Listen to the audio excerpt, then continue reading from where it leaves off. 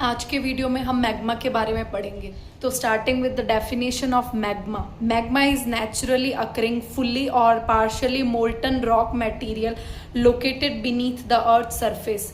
तो magma naturally occurring है, मतलब नेचुरल प्रोसेस से बनता है, उसमें ह्यूमन का कोई भी इंटरफेरेंस नहीं है। Without interference of human magma का फॉर्मेशन होता है और उसके बाद फुल्ली और पार्शियली मेल्टिंग, मतलब मैग्मा जो भी मैग्मा है वो फुल्ली उसमें या तो मेल्ट प्रेजेंट होगा या तो कुछ पार्शियली मेल्ट। हमने इसलिए बोला है ताकि उसमें मे बी कुछ प्री एग्जिस्टिंग क्रिस्टल जिन्हें हम जेनोलिथ बोलते हैं वो भी प्रेजेंट रह सकते हैं। मतलब वो तभी हमें मिलेंगे जब मैग्मा का टेम्परेचर इतना सफिशिएंट ना हो कि वो उस क्रिस्टल को पिघला सके, तो हमें जेनोलिथ भी मिल सकते हैं मैग्मा के अंदर।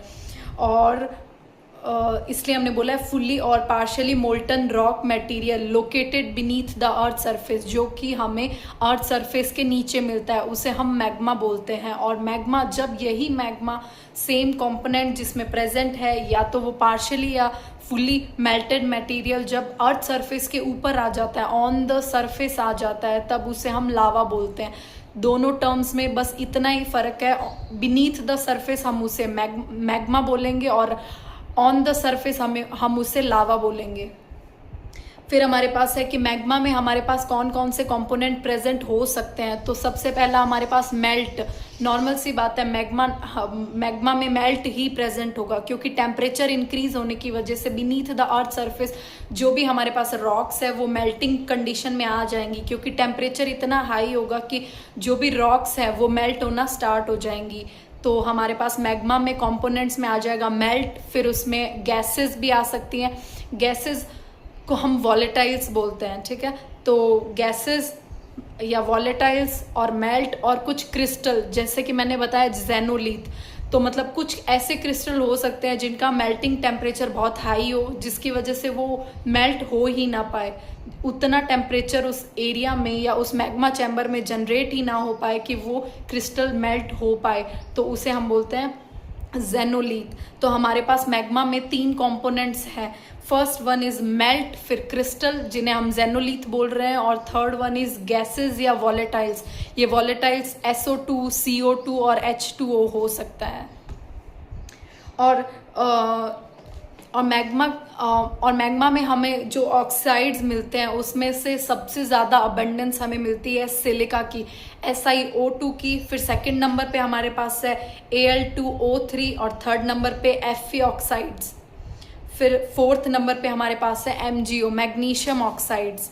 उसके बाद हम आगे बढ़ते हैं मैग्मा के टाइप पे। तो मैग्मा कितने टाइप का हो सकता है, ये हम किसके बेस पे क्लासिफाई करते हैं? मैग्मा में प्रेजेंट सिलिका के बेस पे हम क्लासिफाई करते हैं कि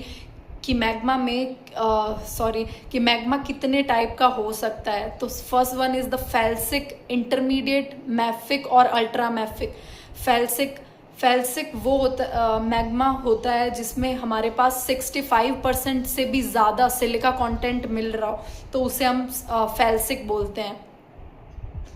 फिर हमारे पास आता है इंटरमीडिएट, जिसमें 55 to 65% सिलिका प्रेजेंट है।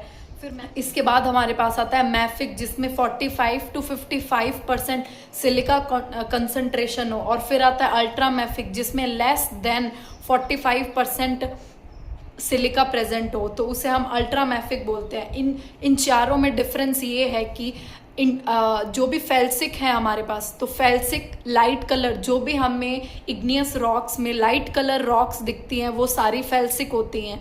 और अल्ट्रा मैफिक या मैफिक वो रॉक्स होती हैं जो कि हमें अपीयरेंस में डार्क कलर प्रोड्यूस करती है, तो उन्हें हम मैफिक या अल्ट्रा मैफिक बोलते हैं। और इंटरमीडिएट, जिनमें दोनों का प्रपोर्शन वेरी करता हो, फेल्सिक कंपोनेंट में भी 50% और अल्ट्रा मैफिक और मैफिक कंपोनेंट में भी 50%, तो वेरी करेगा। जो रॉक होगी वो इंटरमीडिएट कलर शो करेगी। एग्जाम्पल के तौर पे एंडेसाइट एंड डायोराइट। तो फेल्सिक जो भी मैग्मा होगा उसकी विस्कोसिटी हाई होगी इन द सेंस उसकी फ्लो करने की कैपेसिटी उतनी ही कम होगी।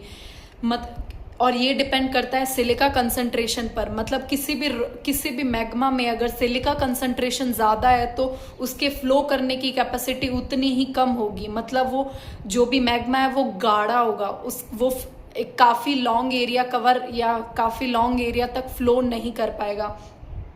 और फेल्सिक में गैसेस का परसेंटेज हाई होता है, तो फेल्सिक मैग्मा होता है उसका एक्सप्लोजन, वो एक्सप्लोजिव फॉर्म शो करता है। मतलब जब भी felsic magma on the surface आएगा तो वो एक्सप्लोजिव एक्टिविटी शो करेगा, मतलब ब्लास्टिंग जैसे। और जो भी अल्ट्रामैफिक या मैफिक होगा उसकी विस्कोसिटी लेस होगी, मतलब वो काफ़ी एरिया में फ्लो कर पाएगा। विस्कोसिटी लेस है इन द सेंस वो काफ़ी वाइड एरिया में फ्लो कर पा रहा है, और अगर विस्कोसिटी हाई है मतलब वो कम ही एरिया में फ्लो कर पा रहा है, वो गाढ़ा है। अगर गाढ़ा है, जैसे हनी का एग्जांपल हम फेल्सिक में ले सकते हैं, और ना मैफिक में हम पानी का एग्जांपल ले सकते हैं। तो पानी की विस्कोसिटी कम है और हनी की विस्कोसिटी हाई है। फेल्सिक में गैसेस कंटेंट हाई होता है जिसके वजह से वो एक्सप्लोजिव नेचर के होते हैं, और अल्ट्रामैफिक या मैफिक में गैसेस कंटेंट वेरी लो होता है जिसकी वजह से वो एक्सप्लोजिव नेचर के नहीं होते हैं। फेल्सिक का एग्जांपल हमारे पास है रायलाइट एंड ग्रेनाइट। इंटरमीडिएट का एग्जांपल है एंडेसाइट और डायराइट। मैफिक का एग्जांपल है बेसाल्ट और गैब्रो। अल्ट्रामैफिक का एग्जांपल हमारे पास है कॉमेटाइट और पेरिडोटाइट।